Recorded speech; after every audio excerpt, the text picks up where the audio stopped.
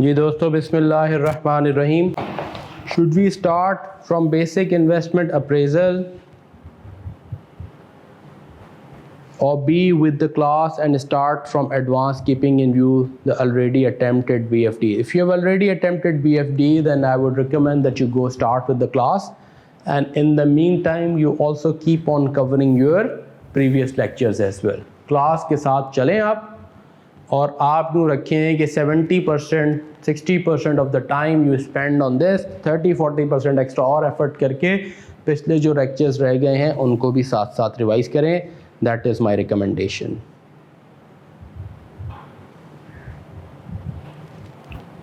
How are we going to cover all this on fast pace? Yes, Namra.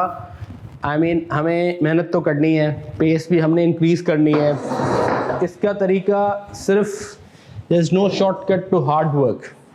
तो अब आपने करना ये है जो कि दूसरे एक और स्टूडेंट ने भी कहा, उनका भी यही क्वेश्चन था. आप अभी क्लास के साथ चलें, ठीक है, और साथ ही साथ आप टाइम निकालें कि आप 3 घंटे 4 घंटे स्पेंड करेंगे एटलीस्ट जो है ना वीकली बेसिस पे, कि 4 घंटे भी अगर आप निकाल लें 2-2 घंटे 2 दिन, तो आप आराम से with in the next 3 to 4 weeks ये चीज़ कवर कर लेंगे. लेकिन ये करना ज़रूरी है, इसको अभी छोड़ना नहीं है, क्योंकि basic investment appraisal is going to be, at least मैं रिकमेंड करूँगा जो शुरू का बेसिक इन्वेस्टमेंट अप्रेजल का एरिया है और सेंसिटिविटी एनालिसिस, जिसमें मिसिंग फिगर्स वगैरह हैं, ये 2 टॉपिक तो सब कवर कर लें. फिर जैसे टाइम मिलता रहे एसेट रिप्लेसमेंट पढ़ लें, फिर जैसे टाइम मिले कैपिटल राशनिंग पढ़ लें, ठीक है, फिर जैसे टाइम मिले तो IRR, मॉडिफाइड IRR की चीज़ पढ़ लें. लेकिन बेसिक इन्वेस्टमेंट अप्रेजल के fundamentals, sensitivity analysis and missing figures, ये चीज़ प्रायोरिटी पे कोशिश करें with in the next 2 weeks आप कवर कर लें. Is that okay Namra? क्योंकि ये चीज़ें आपको बाद में भी काम आएंगी.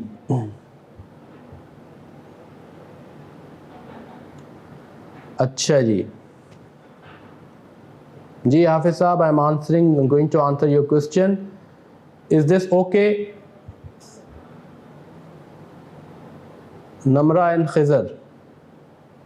You have already done till periodic rates, that's excellent. और आप, ये इम्पॉर्टेंट है, बाकी जैसे जैसे टाइम मिले आपको सेंसिटिविटी जल्दी करें. सेंसिटिविटी के साथ मिसिंग फिगर्स भी है, तो उससे थोड़ी कंप्यूटेशनल आपकी जो है ना एक्यूरेसी वो इम्प्रूव हो जाएगी, न्यूमरेसी साइड आपकी स्ट्रॉन्ग हो जाएगी. अच्छा, अब आते हैं how many questions come from basic investment appraisal in each attempt. Basic investment appraisal की जो एग्ज़ाम वेटेज है वो मिनिमम 1 क्वेश्चन है. 25 to 30% of your marks are generally allotted to this area. बाद औक़ात 2 क्वेश्चन भी आ जाते हैं कि एक बेसिक NPV का क्वेश्चन आ गया और साथ में लीज और बोरो का भी आ गया, तो आप समझें कि ऐसा हो जाता है. अगर आप लीज और बोरो को माइनस कर दें तो भी 20 to 25% मार्क्स का ज़रूर एक क्वेश्चन आपको मिलेगा बेसिक इन्वेस्टमेंट अप्रेजल का. आसिम, अच्छा जी, अब आइए हाफिज़ साहब, आप कह रहे हैं हार्ड कैपिटल राशनिंग की आपको एग्जांपल बता दी जाए. मैं बता देता हूं आपको. हार्ड कैपिटल राशनिंग की बेसिक बहुत ही आसान सी एग्जांपल ये है कि आपको बाहर से कैपिटल फाइनेंस ही ना मिले.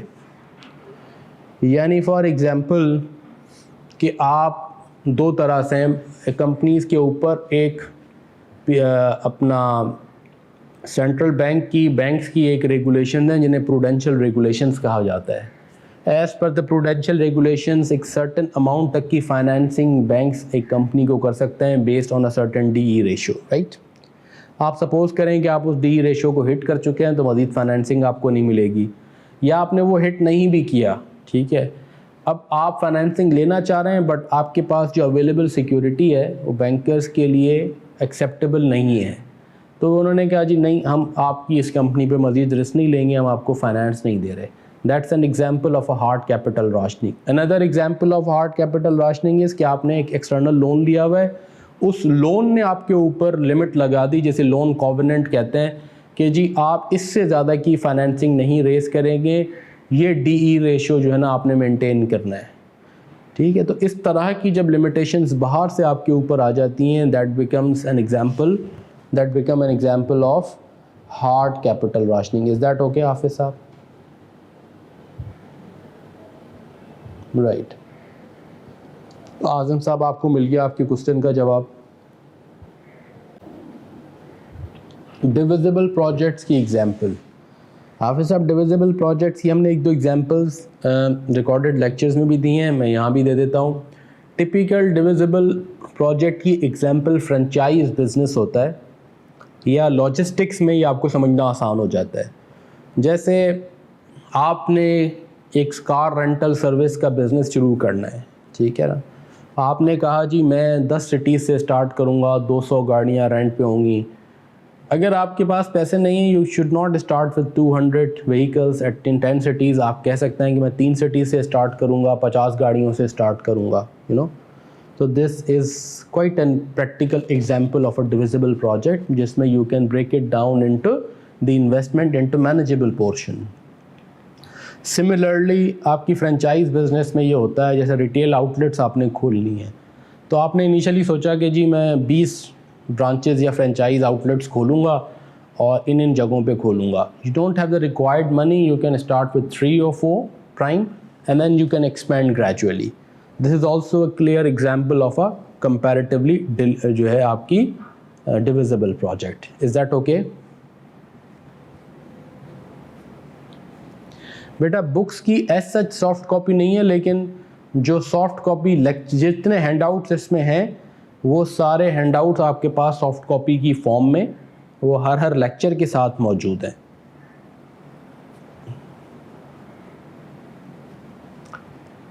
Asim, is that okay? चलेंगे. अब हम आते हैं, तो आप जो भी लेक्चर देखेंगे उसमें जो जो क्वेश्चंस हुए हुए हैं या प्रैक्टिस क्वेश्चन गिवन हैं उनकी आपको वहाँ सॉफ्ट कॉपी मिल जाएगी. और फॉर ईज़ हमने फिर इन सबको प्रिंट करके कंपाइल करके बुक फॉर्म में भी रखा है, ताकि अगर आपको जनरली लोगों को ये मुश्किल होती है कि हम सर वहाँ भी पढ़ें फिर यहाँ देखें, तो आपके पास ये हार्ड कॉपी की फॉर्म में बुक्स भी हैं. अच्छा, अब आइए, अब जो एरिया आज से आपने स्टार्ट करना है वो है एडवांस्ड इन्वेस्टमेंट अप्रेजल.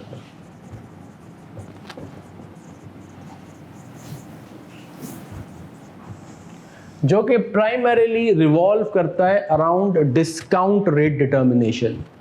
अगर आपको याद हो तो हमने बात की थी कि जो DCF टेक्निक्स हैं, डिस्काउंटेड कैश फ्लो टेक्निक्स, इनमें हमें दो चीज़ें चाहिए होती हैं. We need the cash flows, project के relevant cash flows, project specific cash flows चाहिए, और हमें रिक्वायर्ड रेट या डिस्काउंट रेट चाहिए होता है.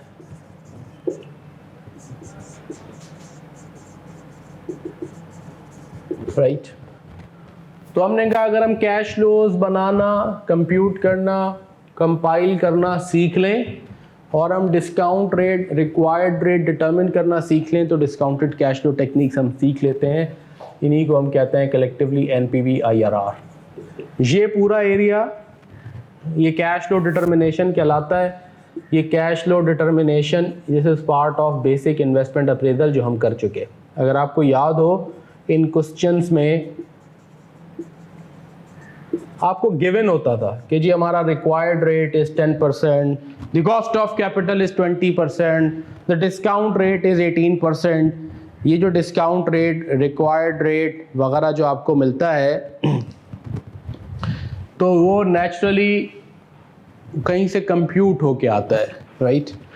हाफिज साहब सर कुछ प्रैक्टिस क्वेश्चन से रिलेटेड क्वेश्चन थे, तो हम ऐसा कर लेते हैं, ये मैं डिस्कशन कंप्लीट कर लूँ, फिर आई एम ऑल योर्स, फिर आप भले यहीं डिस्कस कर लीजिएगा. अब हमने ये डिस्कशन शुरू कर दी है, इसको कंप्लीट करते हैं, फिर अगेन हम Q&A सेशन कर लेंगे. तो डिस्काउंटेड कैश फ्लो टेक्निक्स के दो एलिमेंट हैं. ये वाला हिस्सा बेसिक इन्वेस्टमेंट अप्रेजल, ये वाला हिस्सा जो अब हम डिस्कस करने जा रहे हैं that's actually advanced investment appraisal.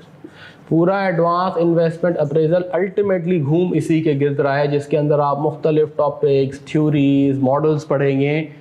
Ultimately हमारा objective is to find out the right required rate. इसमें आप जब शुरू में देखेंगे तो बेसिकली यहाँ डिस्कशन शुरू हो रही है डिस्काउंट रेट डिटर्मिनेशन की, और इसमें शुरू में आपकी बहुत इंपॉर्टेंट लेक्चर्स हैं, वो हैं कॉन्सेप्ट आपका बनाया गया है और हमें मार्जिनल कॉस्ट ऑफ कैपिटल तक पहुंचाया गया है, बताया गया है कि true cost of capital is actually marginal cost of capital. ये दो लेक्चर्स हैं बेसिकली, आप भले 2 बार देखें, 1 बार ना देखें, 2 बार देखें, 3 बार देखें, लेकिन ये एक फाउंडेशन है जो ले की गई है इन कॉन्सेप्चुअल लेक्चर्स में, जो कि बहुत इंपॉर्टेंट लेक्चर्स हैं, ये ज़रूर देखने हैं, बल्कि एक से ज़्यादा बार देखने हैं, ये कह रहा हूँ मैं। इस डिस्काउंट रेट डिटर्मिनेशन के फंडामेंटल कॉन्सेप्ट में जो हमने बात बताई है ना, उसकी जो समरी वहाँ भी बार बार लिखी गई है, वो मैं यहाँ लिख रहा हूँ। वो हमने ये बात बताई है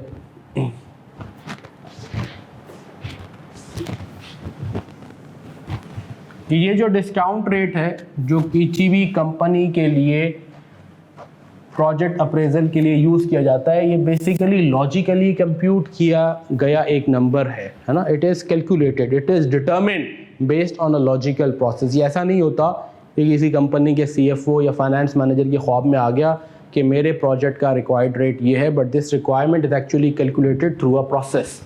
और वो क्या प्रोसेस है, वो क्या रिक्वायर्ड रेट है, ये इन फंडामेंटल लेक्चर्स में, कॉन्सेप्चुअल लेक्चर्स में एक्सप्लेन किया गया है, जिसको मैं यहाँ लिख भी देता हूँ, जिसकी समरी कि the return required by a company from its projects या investments is actually the return required by the financers of the company. Company को अगर हम देखें तो कंपनी एक वर्चुअल एंटिटी है जो ना खुद खाती है, ना पीती है, ना उसकी अपनी कोई रिक्वायरमेंट है। कंपनी की अगर कॉर्पोरेट व्हील को हटाएं तो पीछे उसके फाइनेंसर्स हैं, जिन्हें 2 तरह के फाइनेंसर्स हम कहते हैं, एक जो डेट कैपिटल प्रोवाइड करते हैं और दूसरा इक्विटी होल्डर्स, जिनको हम ओनर्स भी कहते हैं, या यूँ कहिए कि जी owners of the residual interest in the company, या शेयर होल्डर्स कहें या इक्विटी होल्डर्स कहें, whatever name you call, right. तो ये फाइनेंसर्स हैं। जो भी कंपनी कमाएगी अल्टीमेटली इन फाइनेंसर्स ही की रिक्वायरमेंट को पूरा करेगी। लेंडर्स को एक सर्टेन फिक्स रिटर्न या जो भी उनका डिटरमिन्ड रिटर्न है वो मिल जाता है। जो बाकी बच जाता है वो सारा का सारा किसका होता है, शेयर होल्डर्स का होता है, इक्विटी होल्डर्स। उनकी भी यकीनन एक रिक्वायरमेंट है, जब वो इन्वेस्ट करते हैं तो वो अल्लाह वास्ते कमर्शियल एंटिटी में इन्वेस्ट नहीं करते, उनको भी एक रिटर्न चाहिए, उनकी भी एक रिक्वायरमेंट है। तो कंपनी को जो प्रोजेक्ट से अर्न करना है, इस तरीके से अर्न करना है कि वो अपने फाइनेंसर्स की रिक्वायरमेंट को पूरा करे, ये बात समझाई गई है। जो फाइनेंसर्स की रिक्वायरमेंट है वो कंपनी के लिए, in other words, it is the cost of capital for the company. Financial management में वर्ड कैपिटल फाइनेंस के लिए यूज होगा। अकाउंटिंग में कैपिटल की एक अलग डेफिनेशन है, कैपिटल का मतलब सिर्फ इक्विटी कैपिटल है। फाइनेंशियल मैनेजमेंट में कैपिटल डेट कैपिटल भी है, इक्विटी कैपिटल भी है। कैपिटल का मतलब फाइनेंस है, ठीक है, do not confuse it with financial accounting. तो जो शेयर होल्डर्स की या लेंडर्स की रिक्वायरमेंट है वो कंपनी की एक्चुअली कॉस्ट है। जो हमने लेंडर को देना है वो उसकी रिक्वायरमेंट है, कंपनी के लिए बेटा यहाँ रखें, कंपनी के लिए वो क्या है, वो उसकी कॉस्ट है, राइट। तो इसी का दूसरा नाम कॉस्ट ऑफ कैपिटल। फिर हमने ये मुकदमा सॉल्व किया है कि कौन सी cost of capital. Cost of capital भी डिफरेंट तरह की है ना, एक तो इक्विटी की अपनी कॉस्ट है, डेट की कॉस्ट है, फिर इन दोनों की मिलाएं तो एक वेटेड एवरेज कॉस्ट है, और फिर एक कॉस्ट है जिसका नाम है मार्जिनल कॉस्ट ऑफ कैपिटल। तो अल्टीमेटली हमने ये रिजॉल्व किया है कि it is actually the marginal cost of capital, जो कि हमें चाहिए, जो कि कंपनी का रिक्वायर्ड रेट या डिस्काउंट रेट होना चाहिए from a project, the marginal cost of capital. Effectively यूं कहिए, the return required by a company from its projects, जिसको आप कह रहे हैं discount rate for the project, जो आपका डिस्काउंट रेट है फॉर द प्रोजेक्ट, जिससे प्रोजेक्ट के कैश फ्लोज की डिस्काउंटिंग होगी या जिससे IRR का कंपैरिजन होगा, वो रिटर्न रिक्वायर्ड बाय फाइनेंसर्स है। और उसमें से कौन सा return, the marginal cost of capital, right. फिर हमने ये बात की है, ये कॉन्सेप्चुअल मुकदमा करने के बाद फिर हमने कहा इन सम केसेस ऐसा होता है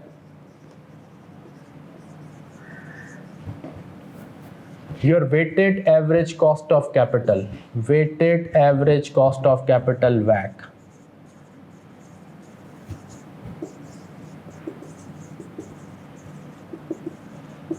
is equal to marginal cost of capital. ठीक है, तो फिर हम वैक को यूज कर लेते हैं as a discount rate. In many cases ऐसा होता है, वैक और मार्जिनल को, वेटेड एवरेज और मार्जिनल कॉस्ट ऑफ कैपिटल अलग अलग होते हैं। तो here we find what we call the marginal cost of capital to be used as a discount rate. ये पहले 2-3 लेक्चर में कहानी पूरी समझाई गई है। ये मैं सस्पेंस यहाँ इसलिए छोड़ रहा हूँ कि जब आपके आप देखें, आपको खुद शायद जर्मन या कुछ फ्रेंच बातें लग रही होंगी, लेकिन यही ऑब्जेक्टिव है इस वेबिनार का कि मैं सिर्फ आपको ये बता दूं कि लेक्चर में कवर्ड क्या है। लेक्चर रिपीट करना यहाँ ऑब्जेक्टिव नहीं है, वो तो रिकॉर्डेड लेक्चर में पूरी कहानी आपको मिलेगी। ठीक है, तो आपको ये मुकदमा सॉल्व किया गया है कि what is actually the required rate, how is that required rate calculated, where is it coming from, है ना। What is the conceptual base of arriving at a rate, जिससे आप कहें कि यस इस प्रोजेक्ट से मुझे ये रिक्वायरमेंट है। कैसे पता चलता है आपको कि आपको इस प्रोजेक्ट से ये रिक्वायरमेंट है, वो कैसे फाइंड आउट होता है, वो कॉन्सेप्चुअली लॉजिकली कैसे निकलता है, तो वो बात शुरू में पूरी समझाई गई है। जब एक बार वो कॉन्सेप्ट समझ गया कि हाँ ये रिक्वायर्ड रेट होता है मेरा, फिर उस रिक्वायर्ड रेट की कंप्यूटेशन कैसे होती है वो फिर अगले कई लेक्चर्स में हम सीखते जाएंगे और अल्टीमेटली हम मार्जिनल कॉस्ट ऑफ कैपिटल भी फाइंड करने के काबिल हो जाएंगे। पहले हम वैक कैलकुलेट करना सीखते हैं, फिर हम ultimately marginal cost of capital calculate करना सीखते हैं। ठीक है, इन दोनों ही केसेस में actually marginal cost of capital he use हो रही है, क्योंकि इस कुछ केस ऐसे होते हैं जिसमें वैक और मार्जिनल बराबर होते हैं।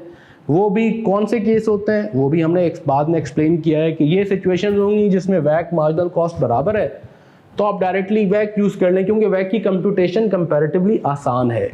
और ये वो सिचुएशंस हैं जिसमें weighted average cost of capital marginal के बराबर नहीं होती। वो सिचुएशन देखेंगे आप समझ जाएंगे, फिर आप कहेंगे अब मुझे वैक नहीं, अब मुझे मार्जिनल कॉस्ट ऑफ कैपिटल की कैलकुलेशन करनी है। उसका प्रोसेस थोड़ा सा लंबा है, तो फिर हम डेफिनेटली यहाँ हमारे पास कोई चारा ही नहीं है, हमें मार्जिनल कॉस्ट ऑफ कैपिटल की कैलकुलेशन करनी पड़ेगी। फिर हम आते हैं कि वैक, weighted average cost of capital, is actually the weighted average of cost of equity and cost of debt।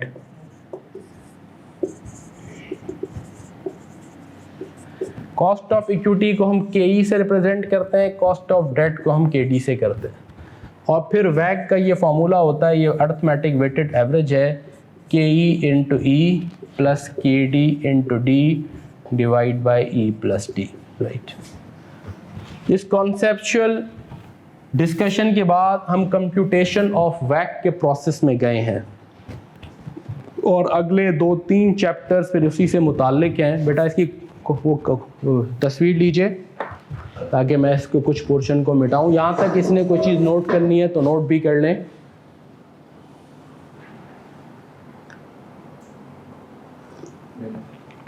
तो मैं ये कह रहा हूँ, मैं फिर समराइज कर रहा हूँ, रिकॉर्डेड लेक्चर्स में पहले आपको ये मिलेगा कॉन्सेप्चुअल फ्रेमवर्क कि what is the required rate.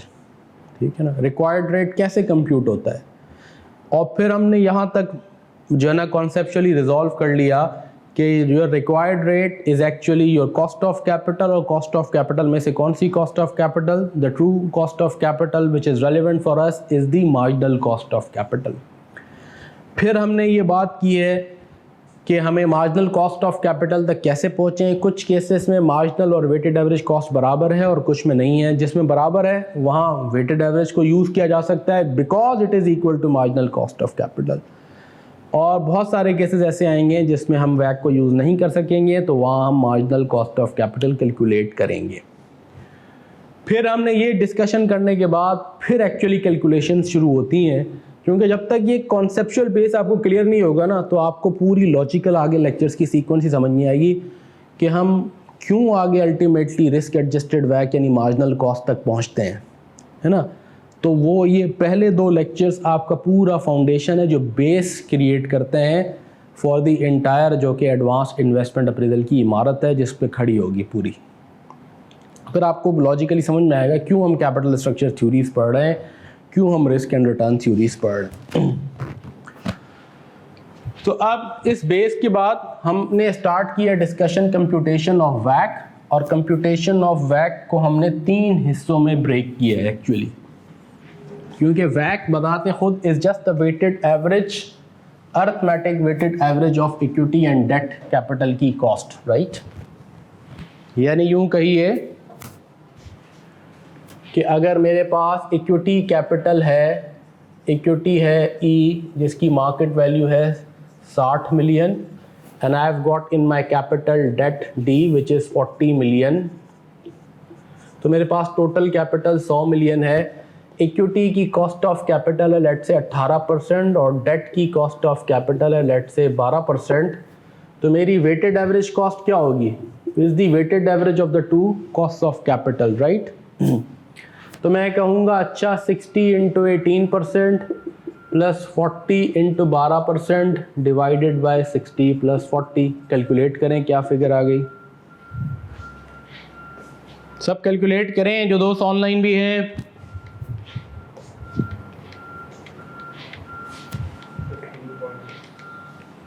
जी 15.6% जी। तो वैक बताते खुद क्या है, वैक is the weighted average cost of capital of the pool of funds, average cost of capital है ना, weighted by the market values is the average, overall average of the pool of funds की cost. अब इस वैक की computation अगर आप इस फॉर्मूले को देखें तो इसके 4 कंपोनेंट्स हैं, एक KE है और एक KDD है, whereas KE is the cost of equity capital, E is the market value of equity capital, KD is the cost of debt capital, D is the market value। तो इसी तरीके से हमने ब्रेक किया है कि पहले हम पढ़ा है हमने KE डिटर्मिनेशन, फिर हमने पढ़ा है, आपको लेक्चर्स मिलेंगे KD डिटर्मिनेशन, और फिर अल्टीमेटली हम गए हैं वैक कंप्यूटेशन पे, क्योंकि फिर तो क्या है, फिर तो फॉर्मूला में वैल्यूज ही डालनी है। अगर हम KE डिटरमिन करना सीख लें, KD डिटरमिन करना सीख लें और वैक की कंप्यूटेशन फिर हमारे लिए आसान हो गई। तो फिर वैक की कंप्यूटेशन की हमने प्रोसेस स्टार्ट किया है और उस प्रोसेस को 3 हिस्सों में हमने ब्रेक किया है, KE डिटर्मिनेशन, KDD डिटर्मिनेशन, फिर वैक कंप्यूटेशन। ऐसे लेक्चर्स की सीक्वेंस आपको मिलेगी। यहाँ हमने KE डिटर्मिनेशन हमने फिर सीखी है, फिर मैं उस पर आता हूँ। ये हमने कर लिया पिक्चर ये वाली,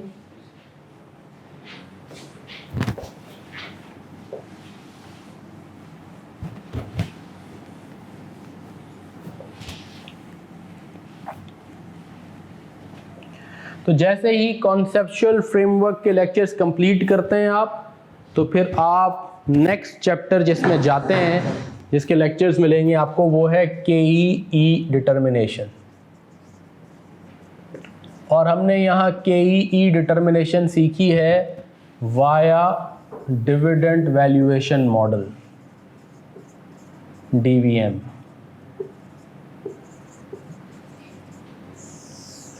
इफेक्टिवली यहाँ हमने पूरा DVM डिविडेंड वैल्यूएशन मॉडल पढ़ा है। It's a model that helps us determine E और KE। इस मॉडल में एक वैल्यू गिवन होगी, दूसरी हम निकाल लेंगे।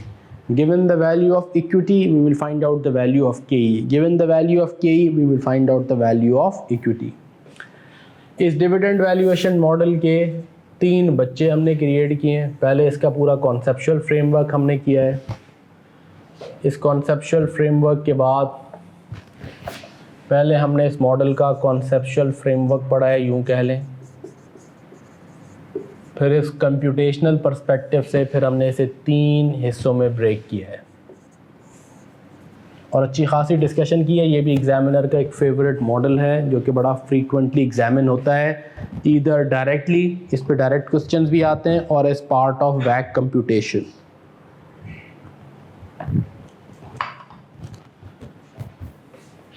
जिसमें एक है कांस्टेंट डिविडेंड मॉडल,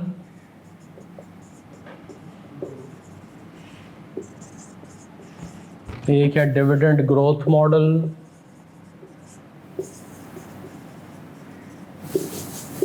और फिर एक अदर्स की कैटेगरी आती है residual. Constant dividend model if E D not divide by के ई, ऐसी कंपनीज जिनकी डिविडेंड स्ट्रीम कांस्टेंट हो।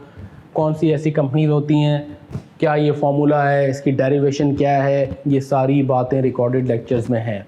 फिर हमने डिविडेंड ग्रोथ मॉडल पढ़ा है जो कि सबसे ज़्यादा इम्पॉर्टेंट है और एग्जामिन्ड है, जिसकी सबसे ज़्यादा हमने प्रैक्टिस भी की है।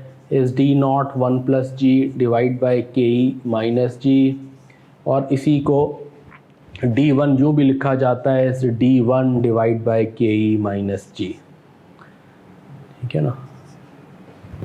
फिर एक तीसरी कैटेगरी आती है अदर्स, ये एक रेजिजुअल कैटेगरी है। वो कंपनीज जिन पे कांस्टेंट डिविडेंड मॉडल या डिविडेंड ग्रोथ मॉडल नहीं अप्लाई होगा, उन पे अदर्स, वो अदर्स की कैटेगरी में आएंगी, यानी जिनके डिविडेंड्स ना कांस्टेंट है ना कॉन्स्टेंटली ग्रोइंग स्ट्रीम है उनकी, उस पे ये रेजिजुअल कैटेगरी फॉलो होती है। इसकी इंडिविजुअल डिस्काउंटिंग होती है।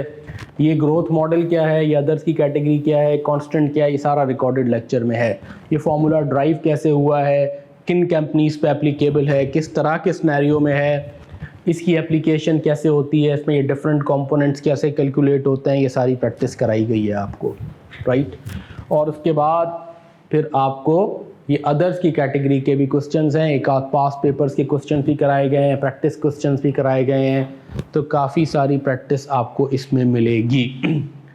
फिर उसके बाद जब आप के ई डिटरमिन करना सीख लेंगे, फिर नेक्स्ट चैप्टर जो आपको मिलेगा वो मिलेगा के डी डिटर्मिनेशन का, राइट। वो लेक्चर आपको मिलेगा के डी डिटर्मिनेशन,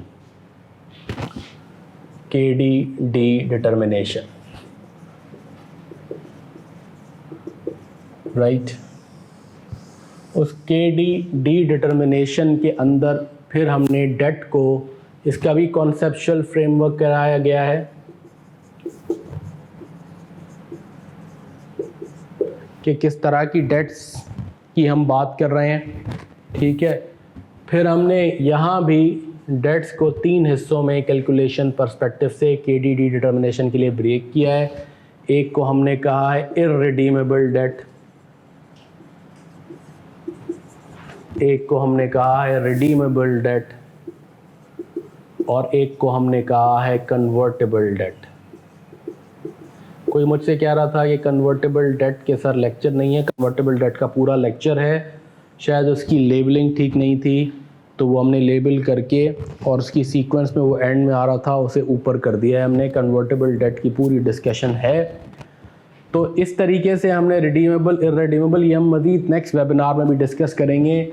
इस वेबिनार तक अगर आप ये कॉन्सेप्चुअल फ्रेमवर्क और आप के ई डिटर्मिनेशन के सारे लेक्चर्स देख लें तो I think this is good enough for this week. Next week में फिर हम के डी डिटर्मिनेशन और फिर वैक कंप्यूटेशन को मैं डिटेल में डिस्कस करूँगा, इससे मुताल्लिक भी कुछ बातें मज़ीद करूँगा और आपके क्वेश्चन भी लूँगा। यहाँ तक किसी को कोई सवाल है तो मुझसे डिस्कस करें। उसके बाद ये मैंने आपको एक ओवरव्यू दे दिया कि what is that you are going to see next in the recorded lectures, कि आपके पास K D determination, sorry discounted determination, और उसके बाद फिर वैक कंप्यूटेशन के लेक्चर्स हैं जिसके 3 हिस्से हैं, K E determination, K D determination and वैक कैलकुलेशन। Is that okay?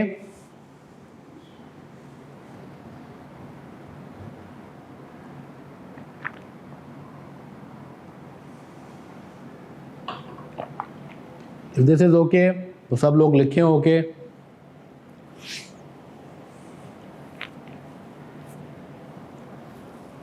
और अब जिस के जो क्वेश्चंस हैं यहाँ तक, जो जिन्होंने लेक्चर्स देखे हैं बेसिक इन्वेस्टमेंट अप्रेजल के, यहाँ तक वो क्वेश्चंस मुझसे डिस्कस करें।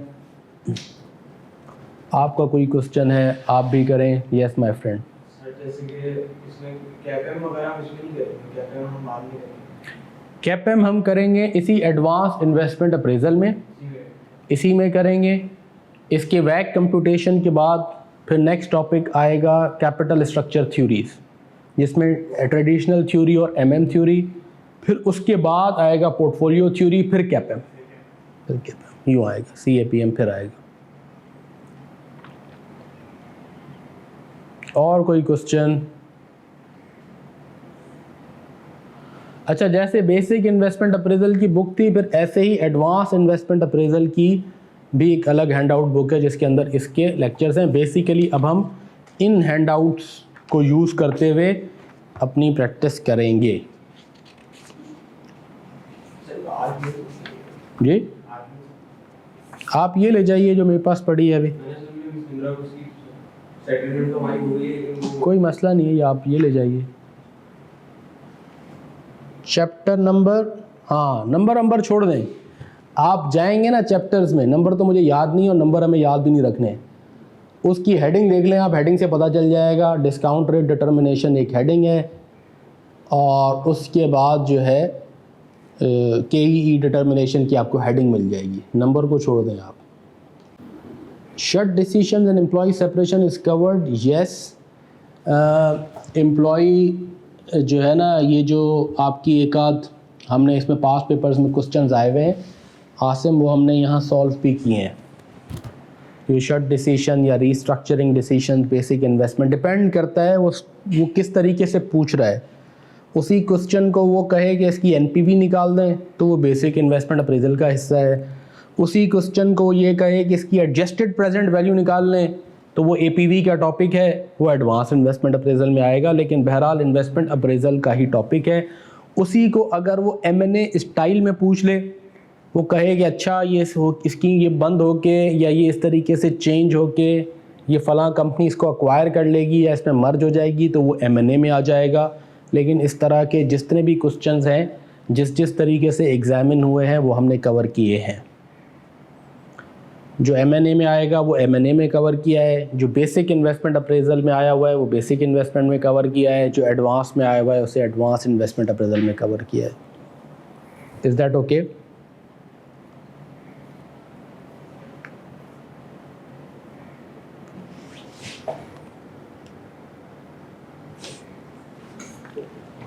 अच्छा जी, हाफिज़ साहब आपके कुछ क्वेश्चन से आप पूछिए।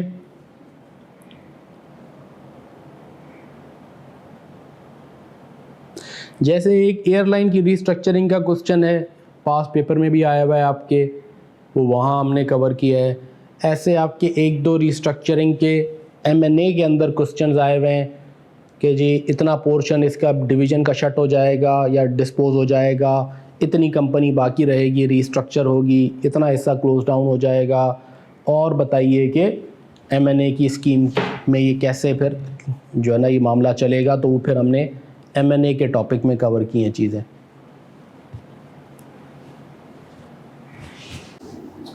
अच्छा जी, बीटर्स वाले क्वेश्चन के पार्ट B में क्या कह रहा है? हाफिज़ साहब का क्वेश्चन है बीटर्स लिमिटेड, हम खोलते हैं। बीटर्स लिमिटेड के क्वेश्चन के अंदर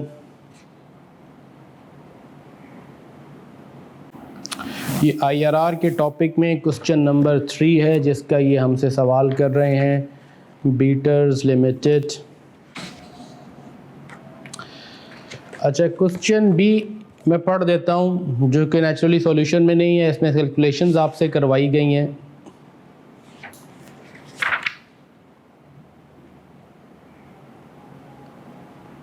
Comment on the results of the NPV appraisal and subsequent quantitative analysis. Discuss how managers, अच्छा कमेंट्री आपसे की है, कही गई है, आपने कमेंट्री कर दी,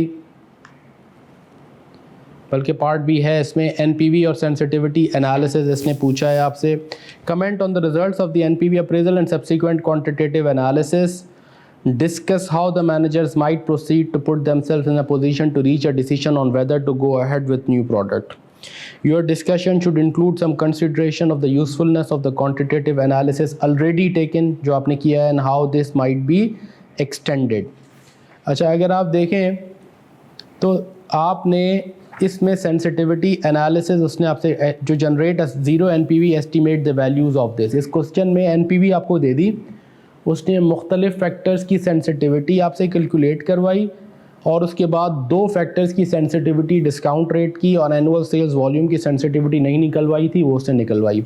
तो ये कह रहा है कि बताइए इस एनालिसिस की यूज़फुलनेस क्या है और डिसीजन तक पहुंचने के लिए इसको कैसे यूज़ करेंगे, ठीक है ना। तो हमने, अगर आपको याद हो, आपसे ये बात की थी कि ये सेंसिटिव, यहाँ बेसिकली आपने सेंसिटिविटी एनालिसिस की यूजफुलनेस पे करना है and what else the managers can do, इसको एक्सटेंड कैसे कर सकते हैं, ये भी आखिर में कह रहा है, how this might usefully be extended. ये जो सेंसिटिविटी बेसिकली ये सेंसिटिविटी एनालिसिस की यूजफुलनेस की बात कर रहा है। सेंसिटिविटी एनालिसिस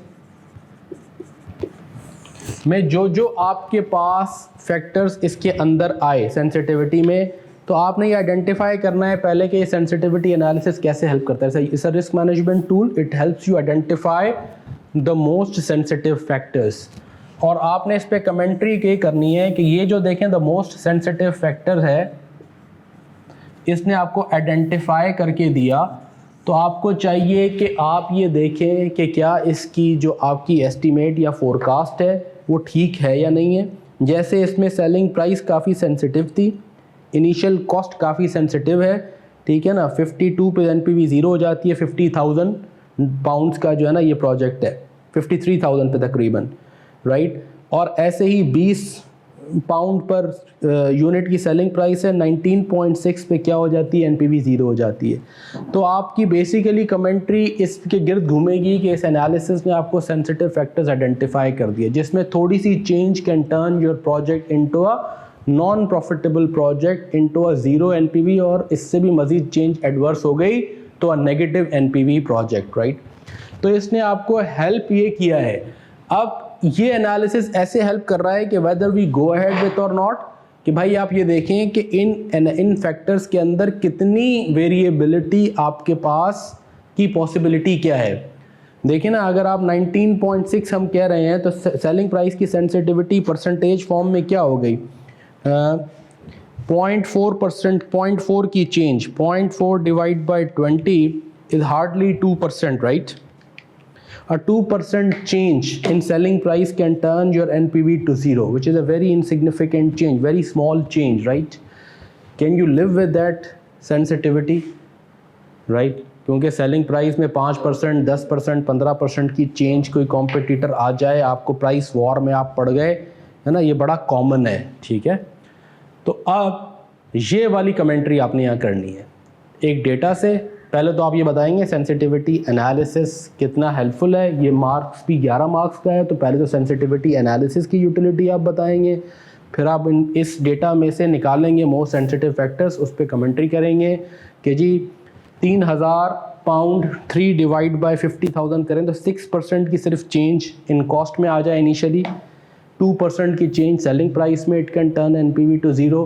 तो these are very very sensitive factors. How confident you are that you will be able to achieve जो आपने फोरकास्ट किए हैं और उनमें कोई एडवर्स चेंज नहीं आएगी, ठीक है ना। तो एक तो ये बात आपने कर ली, इस पे कमेंट्री। तो पहला सेंसिटिविटी एनालिसिस की कहानी, फिर इसमें से मोस्ट सेंसिटिव फैक्टर्स पे कमेंट्री करेंगे। तीसरा उसने कहा how it can be extended, ये एक्सटेंड कैसे होगा। फिर हमने ये बात की थी कि रिस्क मैनेजमेंट टूल्स के अंदर sensitivity is a one factor at a time model. फिर आप मज़ीद और क्या करते हैं, you go ahead with scenario analysis, कि अच्छा सेलिंग प्राइस की चेंज वॉल्यूम को भी अफेक्ट करेगी, तो अगर हम एक दो वर्स्ट केस सिनेरियोज बना लें तो क्या होगा। फिर उससे भी नीचे जब आप आते हैं और डिटेल में, तो उसे हम कहते हैं मॉन्टी कार्लो, तो आप ये भी कर सकते हैं। तो फिर आप इसकी बात लिखेंगे। तो यूँ अपनी डिस्कशन को आप ऊपर नंबर से कोरिलेट भी करेंगे और साथ में कमेंट्री भी करेंगे। इज़ दैट ओके हाफिज़ साहब? जी हाफिज़ साहब, और बताइए।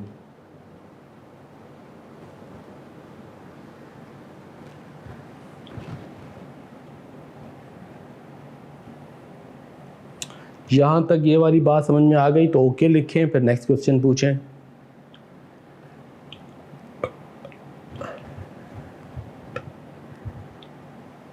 ये जो न्यूमेरिकल डेटा दिया हुआ है, यस ये पार्ट बी के लिए आपको दिया हुआ है, पार्ट बी में आप इसे यूज़ करेंगे एब्सोल्युटली।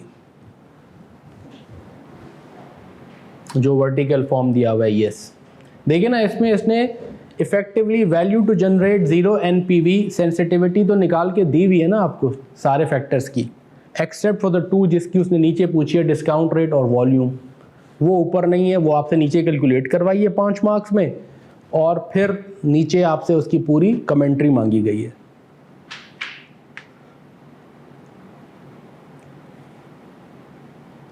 So हाँ बिल्कुल पूछें। सर जैसे जून अटेम्प्ट से पहले मैंने मार्च में एएफएम का पेपर दिया था ACCA का, ठीक है, तो वो पास हो गया। Very good. मेरी जून में अप्रोच हुई है कि मैंने एक्सेस तो ले लिया था लेक्चर्स वगैरह, लेकिन कवरेज उस लेवल पे नहीं करती जो सीए के पेपर्स वगैरह सॉल्व करते। मतलब जो मुझे वहाँ की नॉलेज थी वही मैंने बस उठाई और अप्लाई कर दिया। अप्लाई करके पेपर दे दिया। P4 दिया था आपने? नहीं, AFM computer based, computer base दिया था, मार्च 23 में दिया। मार्च में। जस्ट पहले। ठीक है, तो उसमें वो पास हो गया था और मैंने कहा चलो ये भी हो जाएगा पास।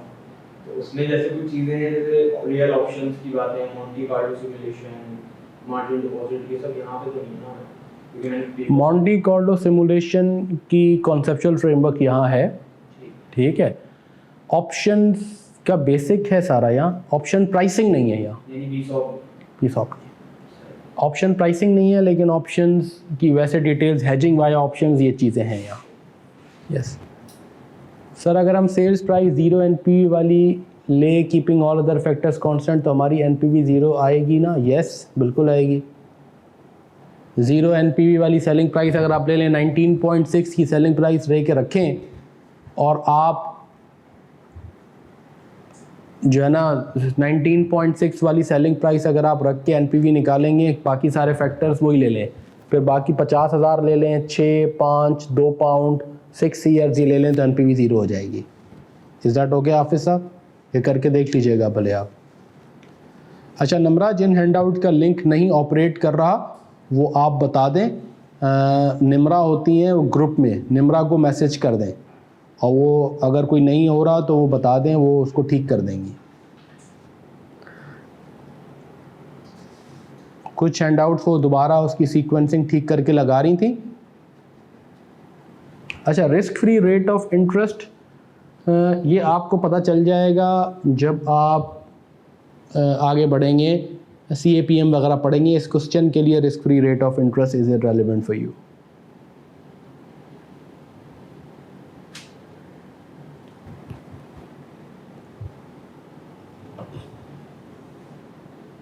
तो हाफिज़ साहब, जब हम CAPM पढ़ेंगे तो उसमें पता चल जाएगा आपको।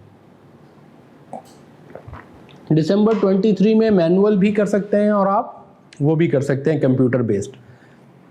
बल्कि मेरी कोशिश ये होगी कि मैं आपको ये जो रीसेंट अटेम्प्ट जून का पेपर हुआ है, इसको कंप्यूटर पे ही सॉल्व करके उसका लेक्चर आपको रिकॉर्ड करा के दें हम, ताकि आपको वो सॉफ्टवेयर, आपको तो खैर सॉफ्टवेयर तो आई एम श्योर आप लोगों ने देखा भी होगा, उसका वो ऑफलाइन वर्जन आपको मिला भी हुआ है, जिसमें जाके आप अटैम्प्ट करें, जिसमें नीचे आपकी ऊपर टेक्स्ट वर्जन है, नीचे कंप्यूटेशन है, तो उसकी भी आप प्रैक्टिस करते ज़रूर रहें। मैं तो रिकमेंड ये करूँगा कि आप कंप्यूटर बेस्ड करें, उससे फ़ायदा है, आपको हार्ड कॉपी भी मिल जाती है, आपको तो क्वेश्चन दे देते हैं आपको, बाकी आप, क्योंकि अब आप ऑफिस में हर जगह वैसे ही कंप्यूटर यूज़ कर रहे हैं। लेकिन अगर आप समझते हैं फिर भी कि नहीं सर, हम हैंड रिटन जो है वो अटैम्प्ट करना हमारे लिए मुनासिब है, तो you can go for that as well.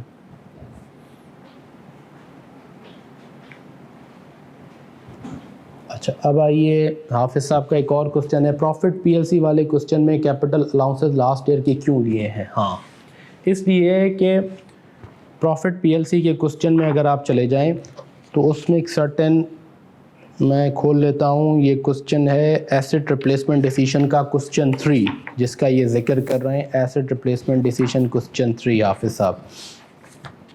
ये वो प्रैक्टिस क्वेश्चन हैं जो हमने दिए हैं, और उसमें से हाफिज़ साहब डिस्कशन कर रहे हैं, which is actually very good. उसका मतलब है इन्होंने इनको अटेम्प्ट किया है। अच्छा जी, प्रैक्टिस लिमिटेड में आ जाएं। कैपिटल अलाउंसेस अगर आप देखें, हाँ तो देखें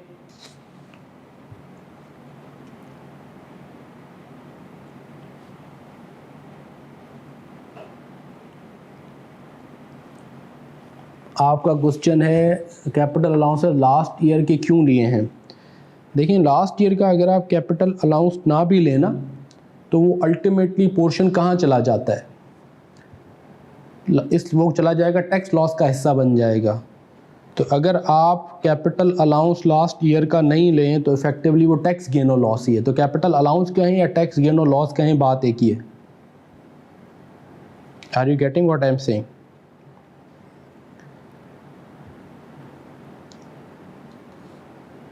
अब इन्होंने देखें प्रोसीड्स आ गई, कैपिटल अलाउंस आ गया और राइटिंग डाउन अलाउंस, फिर आखिर में आ गया 25। अब इन्होंने क्या लिया हुआ है, इन्होंने उन कैपिटल अलाउंसेस पे जो आपको टैक्स सेविंग हो रही है उसकी पूरी वर्किंग ली है। इज़ दैट ओके हाफिज साहब?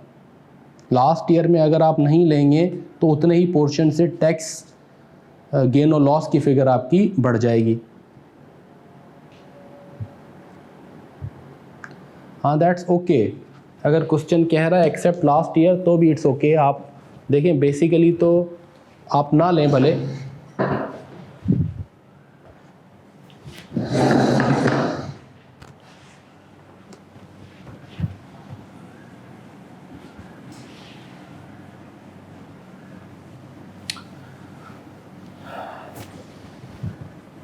इसका कोई कैलकुलेशन पे इम्पैक्ट 1% भी नहीं है, तो लेके उन्होंने आखिर में टैक्स गेन और लॉस ही की फिगर को इम्पैक्ट करना है, तो आप ना लें, दैट्स आल्सो ओके। कैलकुलेशन पे कोई फ़र्क नहीं पड़ेगा। मैं एग्जांपल दे रहा हूँ, लेट्स सपोज करें एक एसेट है जिसकी कॉस्ट है 100 मिलियन रुपी, ठीक है, और हमें कहा गया है कि जी tax depreciation is at the rate of 25% on WDV basis. Life है इसकी 3 इयर्स, ठीक है। डिस्पोजल प्रोसीड्स हैं उसके बाद, लेट सपोज करें रुपीज़ 40 मिलियन की, ठीक है, और टैक्स रेट है 30%। अब क्या होगा, अब आप ईयर 0, 1, 2, 3 यूँ कर लें, जिस तरीके से हम अपनी डेप्रिसिएशन डालते हैं।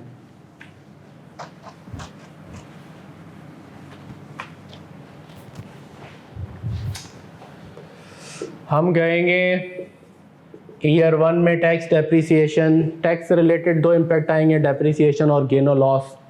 तो 100 मिलियन पे पहले साल आएगा 100 मिलियन इंटू 25%, तो 25 मिलियन की एक डेप्रिसिएशन आ गई। फिर दूसरे साल आएगी इसका 75%, क्या फिगर बन गई?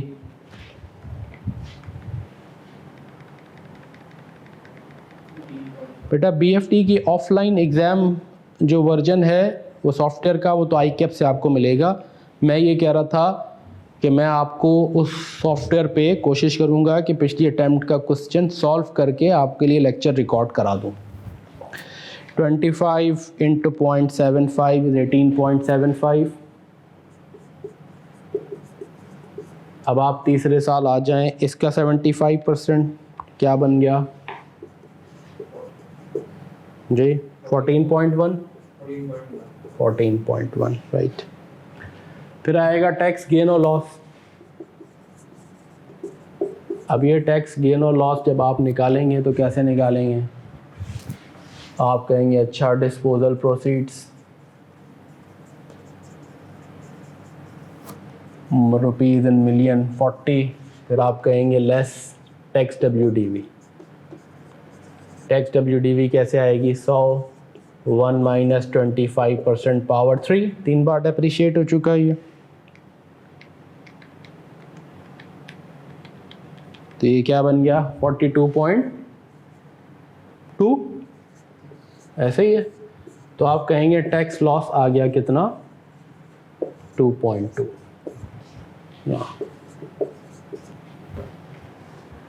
अब मैं कह रहा हूँ कि आप ऐसा ना करें। अगर लेट से लास्ट ईयर की टोटल फिगर क्या बन गई है? 14.1 प्लस 2.2 16.3, ऐसे ही है। अगर आप लास्ट ईयर में ये कह दें, क्वेश्चन ये कह दे कि in the last year there will be no tax depreciation, तो टैक्स डेप्रिसिएशन चार्ज नहीं करेंगे तो उतने से टैक्स WDV बढ़ जाएगी, तो टैक्स लॉस उतना ही हो जाएगा। तो अगर मैं आखिरी साल पे टैक्स डेप्रिसिएशन ना लूँ, यानी मैं एक वर्जन ये हो गया, दूसरा वर्जन में ये करूँ, ये ऑप्शन 1 है ये मेरा, जिस तरीके से सॉल्व किया गया। आप कह रहे हैं कि सर मैं ऑप्शन 2 करूँगा और मैं टैक्स डेप्रिसिएशन सिर्फ 2 सालों की लूँगा, 25 लूँगा और 18.75 लूँगा।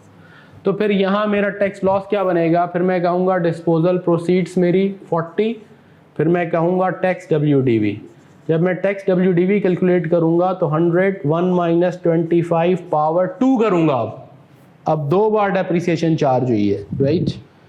तो 0.75 पावर 2 इंटू 100 इट इज़ 56.3, ऐसे ही है। तो अल्टीमेटली लॉस कितना आ जाएगा? 16.3। ये मेरा टैक्स लॉस आ जाएगा। तो मैं कहूँगा मेरा टैक्स गेन और लॉस ही है यहाँ भी, तो क्या आएगा? 16.3 आ जाएगा यहाँ। तो यहाँ बेसिकली ये 2 हिस्सों में ब्रेक हो गया, लॉस कम हो गया, डेप्रिसिएशन आ गई, यहाँ पूरा का पूरा लॉस बन गया, फिगर वही 16.3 की आ गई। ये एग्जैक्टली मैच हो जाएगी आपकी। Is that okay Hafiz Sahab? ये कह रहा हूँ मैं।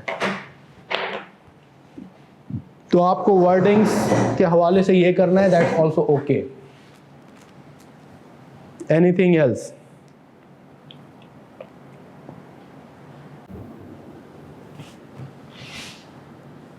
Any other question? देखिए वेबिनार का असल ऑब्जेक्टिव यही है कि आपकी इस तरह की जो क्वेश्चंस हैं, क्यूरीज हैं, कन्फ्यूजन है, वो आप मुझसे आके डिस्कस करें। स्टार केमिकल्स PLC वाले में टैक्स रेट की सेंसिटिविटी निकली थी मेरी 75%। 75% नहीं आनी चाहिए, कितनी आनी चाहिए? स्टार केमिकल्स, ये सेंसिटिविटी एनालिसिस का क्वेश्चन 3 है। अच्छा, इत्तेफाक से सारे क्वेश्चन 3 के क्वेश्चंस हैं आपके सीक्वेंस में। अच्छा जी,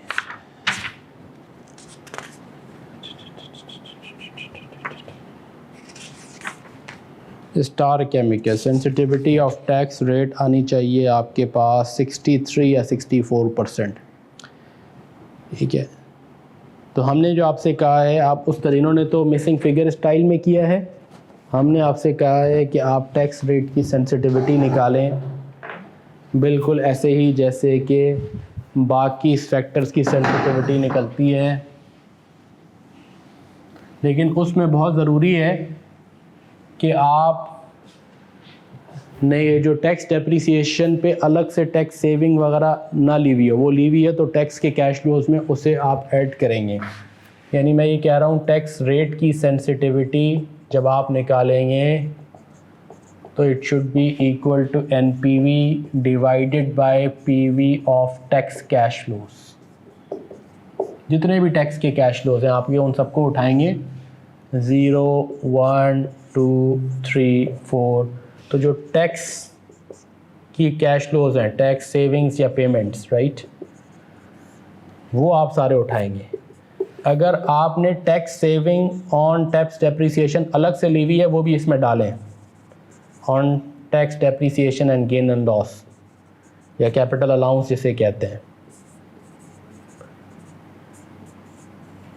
वो भी फिर आप इसके अंदर अलग अकाउंट फॉर करके इन्हें टोटल करेंगे, इसकी PV निकालेंगे। इज़ दैट ओके हाफिज साहब?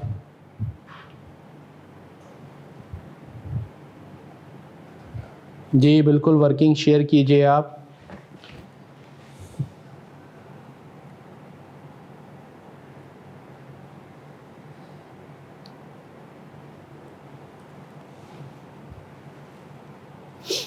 अब यहाँ टैक्स के कैश फ्लोज आ रहे हैं, मैं सारे यहाँ नोट ही कर देता हूँ।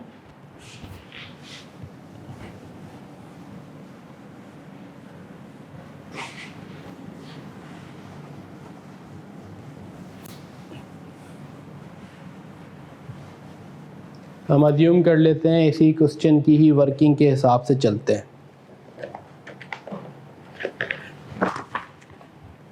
और यहाँ सॉल्व भी कर लेते हैं ताकि आपका ये मसला हल ही हो जाए। 0, 1, 2, 3, 4, राइट।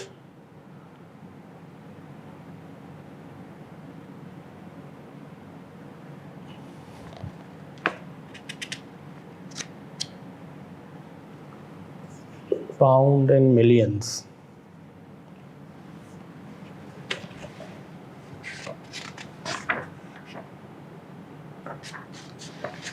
तो एनपीवी तो आपके पास आई हुई है, मैं लिख रहा हूँ tax cash flows, tax at the rate of 30%, जहाँ इसने लिखा है वो हम फिगर्स ले लेते हैं 0.36, 1.02, 1.02,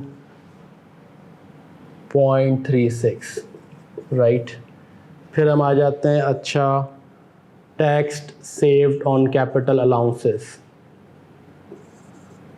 कैपिटल अलाउंसेस, वो फिगर्स इन्होंने क्या लिखी हैं, वो हैं 0.3, 0.225, 0.169, 0.206. Is that okay?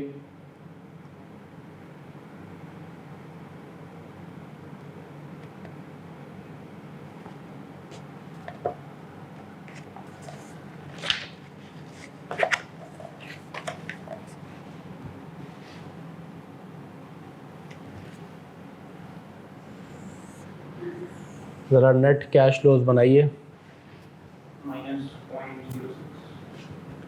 -0.06, -0.795,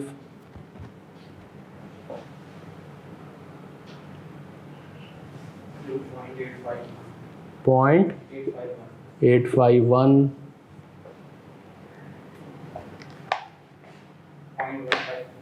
0.154।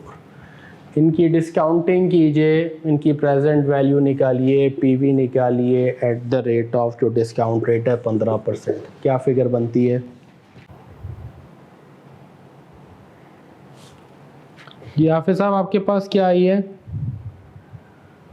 कोई कैश फ्लो हमने मिस तो नहीं किया, ये भी बताइए।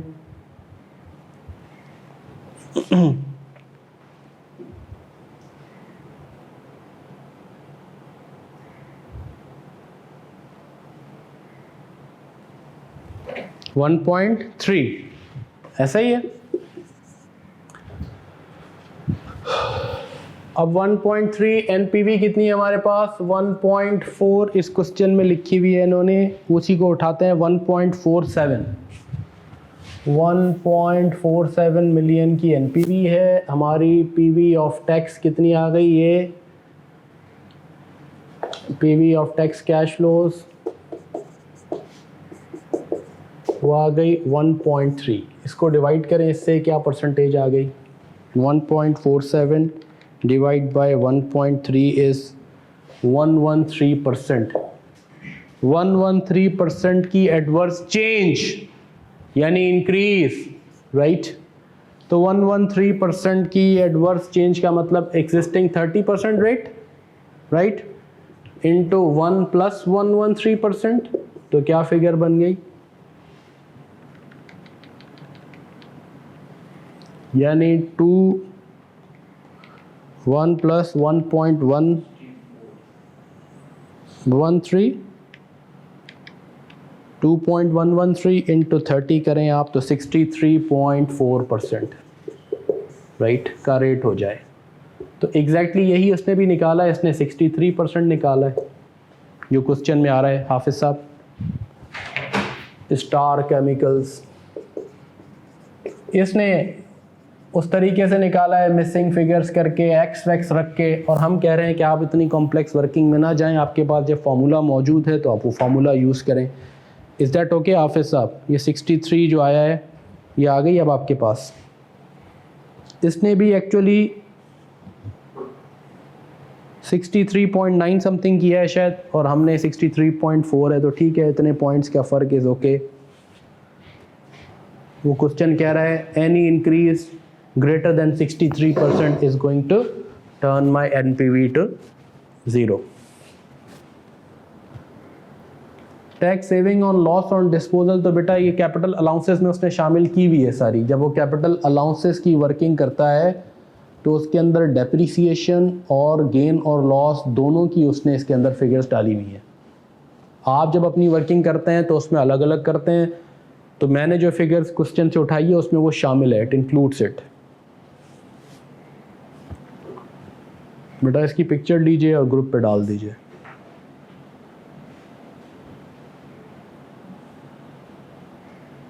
Is that clear?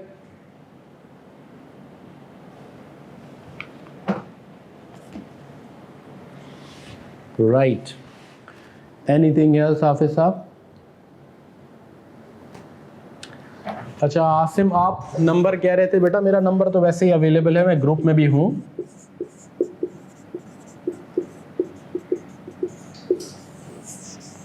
नोट कर लें, मैं व्हाट्सएप ग्रुप्स में आपके वैसे भी हूँ। बट मैं इनकरेज ये करता हूँ कि बजाय इस पे कि आप व्हाट्सएप पे क्वेश्चन पूछें, व्हाट्सएप पे पूछना समझाना इज़ डिफ़िकल्ट, ना वहाँ कंप्यूटेशन ऐसे की जा सकती हैं। तो आप ये वीकली वेबिनार इसीलिए होते हैं कि आप यहाँ आएँ, अपने क्वेश्चंस लिखें और मुझसे डिस्कस करें। तो मुझे कुछ एक्सप्लेन करना हो, वर्किंग करनी हो हमने, तो हम यहाँ मिलके कर सकें।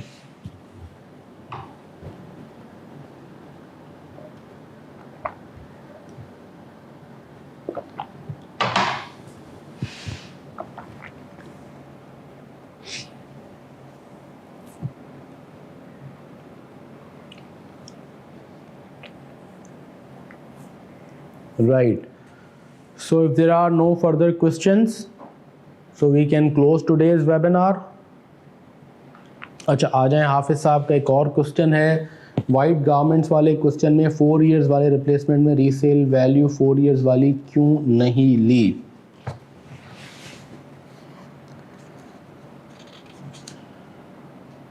Replacement every 3 years, replacement every 4 years।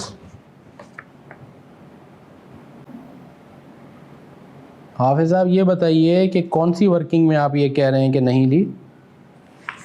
जो हमने डिटेल एलसीएम मेथड की शुरू किया है या इक्विवेलेंट कॉस्ट वाले में कह रहे हैं आप? नॉमिनल डिस्पोजल वैल्यू ली है बेटा, क्यों नहीं ली? डिस्पोजल प्रोसीड तो ली गई हैं इसमें। अच्छा हाँ, यस 2000 को करना चाहिए। अगर 2000 को नहीं किया गया और 4000 को किया गया है तो वो गलत है, 2000 ही को करना चाहिए बिल्कुल।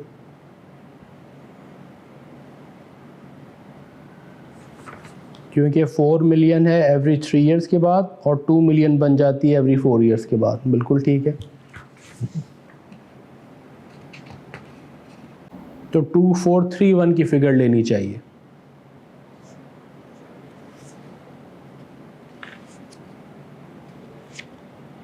Is that okay?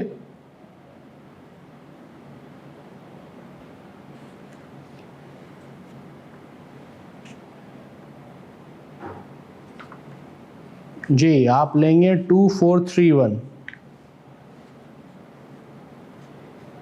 ईयर 4 में आप लेंगे 2431 की figure, right? Is that okay? Right. और बताइए। चलें जी, थैंक यू सो मच, और वी विल मीट इंशाल्लाह नेक्स्ट संडे। आप लोग ये सारे लेक्चर्स जिनका हमने ज़िक्र किया, डिस्काउंटेड डिटर्मिनेशन के कॉन्सेप्चुअल, KEE डिटर्मिनेशन, और टाइम मिले तो KDD डिटर्मिनेशन के लेक्चर्स देख के आएँ। जिनके पुराने लेक्चर्स मिसिंग हैं, यानी जिन्होंने अभी तक नहीं देखे, वो कोशिश करें कि बेसिक इन्वेस्टमेंट अप्रेजल में डिस्काउंटेड कैश फ्लो टेक्निक्स के lectures up to sensitivity analysis सारी चीज़ें देख के आएँ। ठीक है जी, we'll meet inshallah next Sunday at the same time 11:45 PM. Thank you. Assalamu alaikum.